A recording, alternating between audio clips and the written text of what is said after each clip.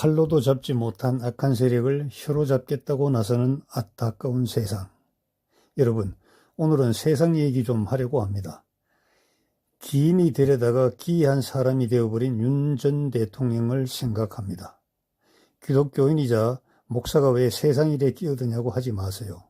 목사는 기독교인이지만 세상에서 여러분과 함께 사는 시민이기 때문입니다. 시민으로서 목사는 시민이 자유롭게 살아야 할 시스템을 구축하는 의무가 있습니다. 목사는 교인들을 천당으로 안내하는 복음을 전하는 전도자이지만 세상에서 살기 때문에 세상의 기독교인을 박해하고 종교의 자유를 방해하는 악한 권력자가 등장하지 못하게 하는 시민이자 기독교인으로서의 권리를 행사해야 되는 겁니다. 당시 윤석열 후보가 보수 우파의 절대적인 지지를 받아서 이재명 후보보다 25만여 표 더 얻는 극적인 승리로 대통령이 되었습니다. 윤 후보를 지지했던 보수 우파의 절대 혐오는 북한의 요구대로 산업과 국방, 안보 질서를 와해시킨 문재인 정권의 핵심들을 처단해달라는 단 한 가지 요구였습니다. 더불어민주당 경선 과정에서 불거져서 언론에 의해 밝혀진 이재명 후보의 대장동이나 백현동 사건을 비롯한 부조리와 부정부패를 일소해 줄 책임자로 검찰총장 출신인 윤 후보가 당선되었으니 이 자체는 필경 하늘의 뜻이라고 해석하는 기류가 강했죠. 하루가 지났습니다. 한 달이 지났죠. 1년이 지나도 바라던 것은 이루어지지 않았습니다. 양산에서 막강한 경호 인력의 경호를 받으면서 책 전반까지 내리고 돈을 벌면서 또 감자를 심고 호박을 심으면서 유유자적하다시피 사는 문 전 대통령의 소식을 들을 때마다 윤 대통령은 뭐하냐는 불만이 터져나오기 시작했습니다. 국가의 대통령으로서 국기를 벼르지 않으니 당연한 현상이 나타나기 시작했습니다. 공권력을 집행하는 인력들이 대통령을 우습게 보기 시작한 것입니다. 검찰이 대통령의 의중이 분명하지 않으니까 자기들 마음대로 하다가 야당 권력과 교감을 나누기 시작합니다. 경찰이 대통령을 무서워하지 않고 이태원 사고 현장에도 어슬렁거리면서 늑장 출동한다는 여러 보도들이 있었습니다. 국민과 기업하는 사람이 가장 무섭다는 국세청이 서슬 18원 세무조사했다는 보도는 없었던 것으로 기억됩니다. 국군은 국군 통수권자인 대통령에게 주목하지 않았으니 12.3 계엄을 통해 드러났습니다.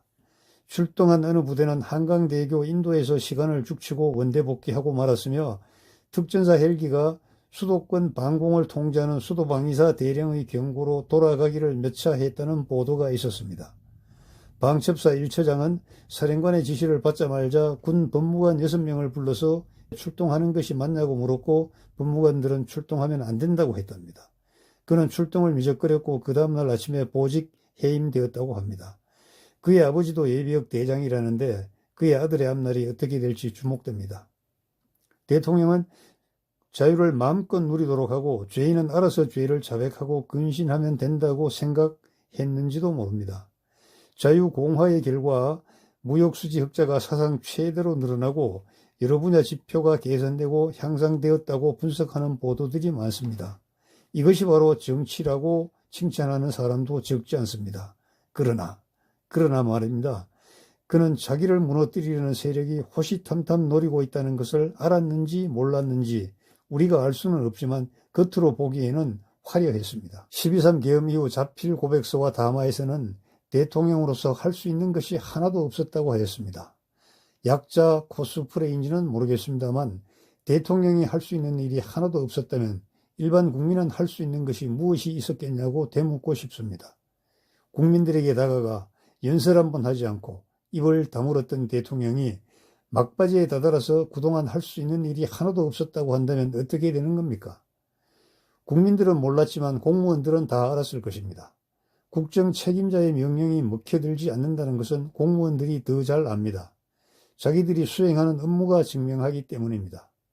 5.18 유공자가 몇 명인지도 모른다고 합니다. 국가 예산이 지원되는데 그 예산을 평균 연금으로 나누어도 대략 몇 명의 유공자인지 금방 계산이 됩니다. 그런데 모른다고 하죠. 국가보훈처가 공개하지 않았기 때문이랍니다. 여러분, 이게 말입니까? 방구입니까? 검찰총장이 말을 듣지 않고 법무장관이 말을 듣지 않아서 어쩔 수 없었다고 합니다. 이 역시 말입니까? 방구입니까? 국세청장이 말을 듣지 않고 경찰청장이 명령을 거역하였습니까? 이 모든 것의 근원은 문 전 대통령을 단죄하라는 국민의 요구를 대통령이 거부했기 때문입니다. 역사는 말하죠. 상만 주는 왕은 무서워하지 않는다고요. 벌을 주는 신하는 엄청 무서워합니다. 상을 주던 왕은 결국 벌을 주는 신하에게 축출되고 그 신하가 왕이 되고 맙니다. 과거 공직사회에서 덕망이 높은 상관의 대문은 늘 허전하고 쓸쓸하지만 악랄한 상관의 대문은 늘 들락날락거리는 사람으로 반질반질거린다고 말합니다.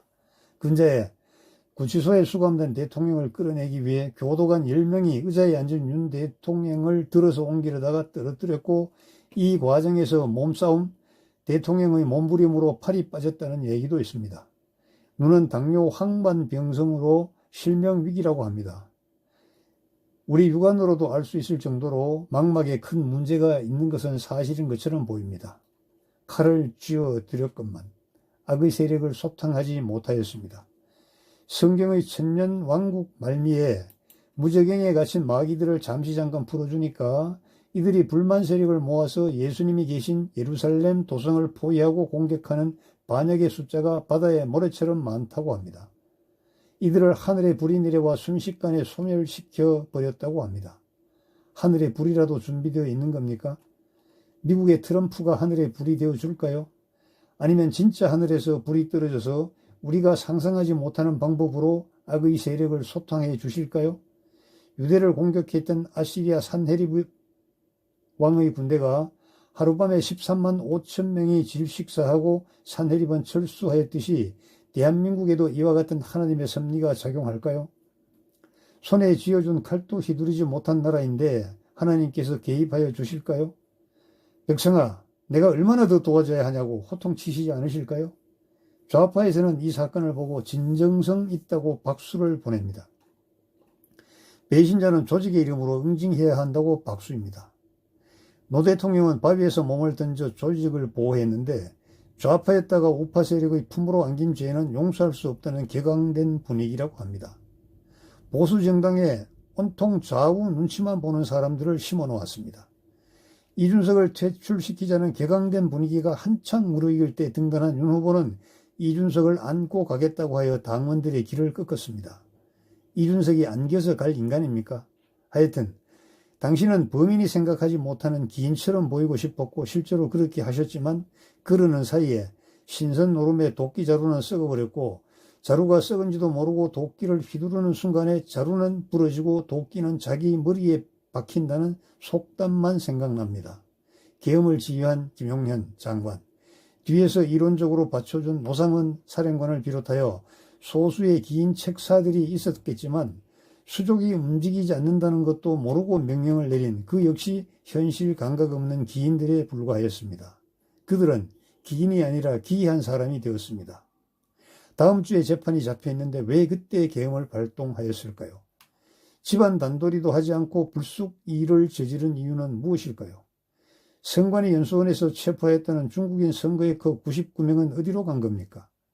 잡아갔을 것 같은 미국도 입을 다물었죠. 경유주인 일본도 모른다고 합니다. 자국민이 무려 99명이 체포되어 다른 나라로 압송되었다는데 저 하늘의 별과 달도 자기 것이며 햇볕과 달빛을 공짜로 쬐는 모든 나라는 중국에 세금을 내야 된다고 중화 8회 한창인 중국도 말이 없습니다. 어디로 갔습니까? 하늘로 솟았습니까? 땅 아래로 숨기라도 했습니까? 기인의 세상에서 국민만 혼절하게 생겼습니다. 손에 쥔 칼로도 소탕하지 못한 악인의 세력을 새치 혀로잡겠다는 사람들이 광화문에서 여러 곳에서 기염을 토합니다. 될까요? 스스로에게 물어보십시오. 여러분, 역할을 다해야 됩니다. 겁못 부리고 멋지게 놀다가 정말 자기 심장 뺏겨버립니다. 자기 살을 제공하고 상대의 갈비뼈를 취하는 무술의 가장 기본 원리가 정치에도 적용됩니다.